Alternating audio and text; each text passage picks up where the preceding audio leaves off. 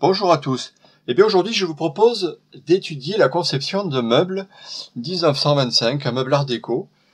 Il a une hauteur de 900 mm, 450 mm c'est la largeur et une profondeur de 300.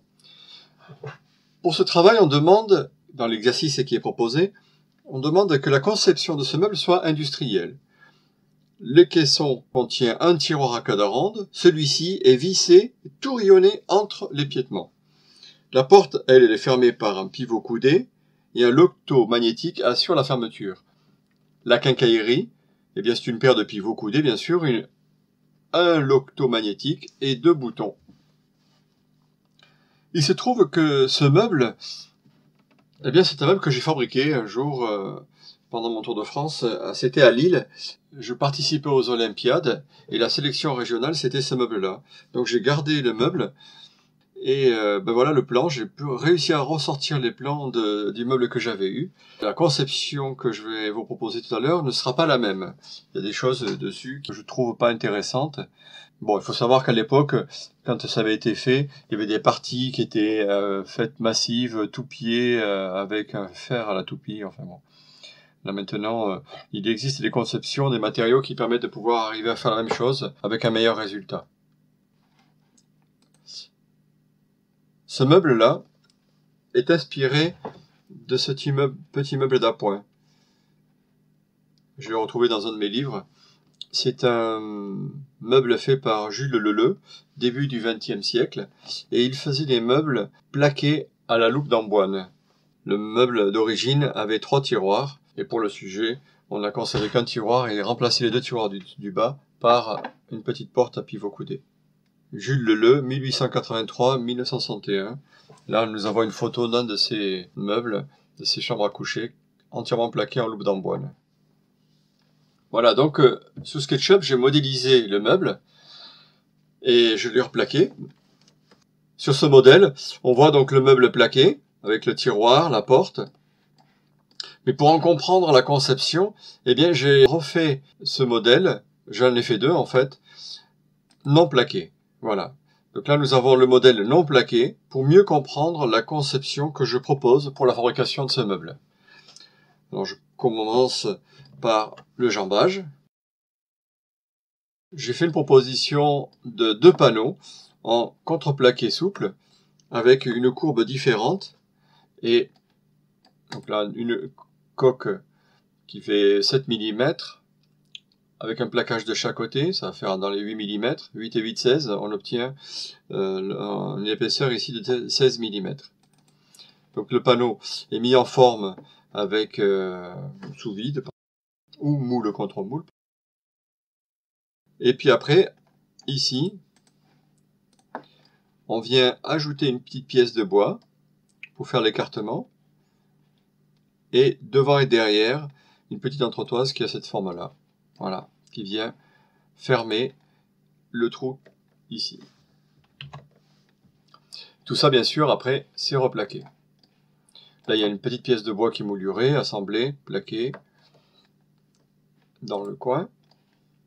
Le socle, je propose de prendre 2 CP de 15 mm, replaqués, avec des petites cales dessous pour éviter que le meuble ne soit bancal.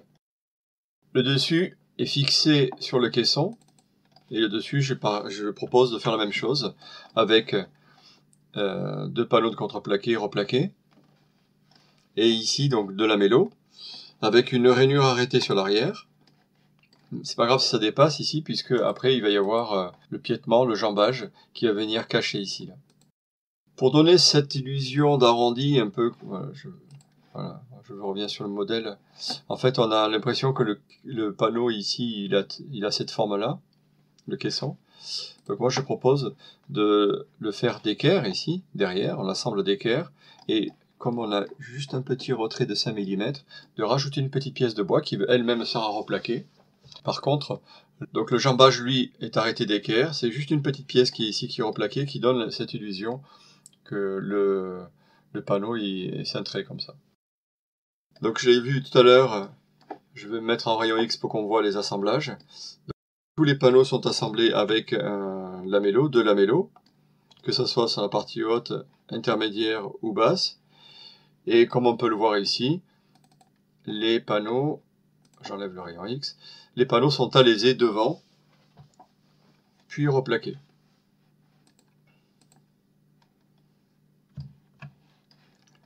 Le panneau arrière, c'est un contreplaqué, voilà, un CP de 5 mm qui est prisonnier en rainure.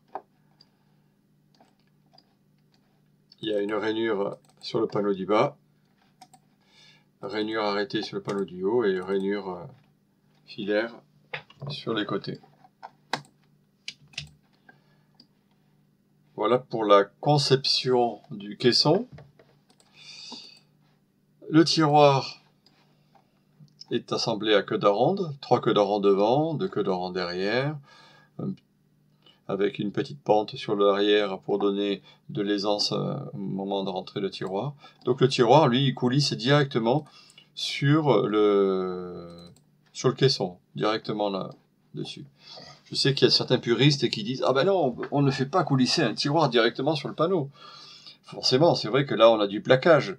Le panneau, il est plaqué. Quand le tiroir va coulisser, ici, non, on a besoin d'une semelle. Bon, on peut effectivement mettre ici une petite semelle de bois qui viendrait ici, là, pour pouvoir faire coulisser. On ferait une petite semelle de 3 mm et le tiroir viendrait coulisser là-dessus. Ça se fait aussi. Mais bon, je trouve que c'est inutile.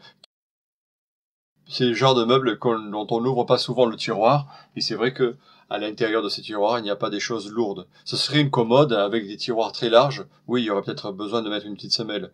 Mais là, honnêtement, ce meuble-là, je l'ai déjà depuis bien maintenant. Ça fait plusieurs dizaines d'années que je l'ai chez mes parents. Il est ouvert régulièrement et bon, il n'y a pas d'usure exagérée à ce niveau-là. Donc, c'est pas utile de pouvoir mettre dessous des petits patins. Pas besoin non plus d'antibascule puisque le tiroir coulisse dans le caisson de ce meuble.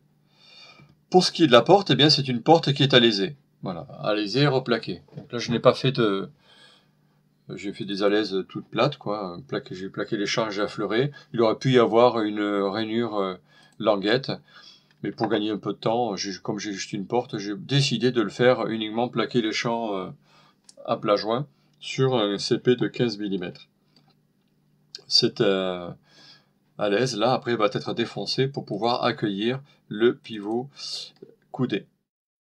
Le pivot du haut n'a pas de rondelle, alors que le pivot du bas, lui, il y a une petite rondelle qui permet de pouvoir donner le jeu à la porte ici là.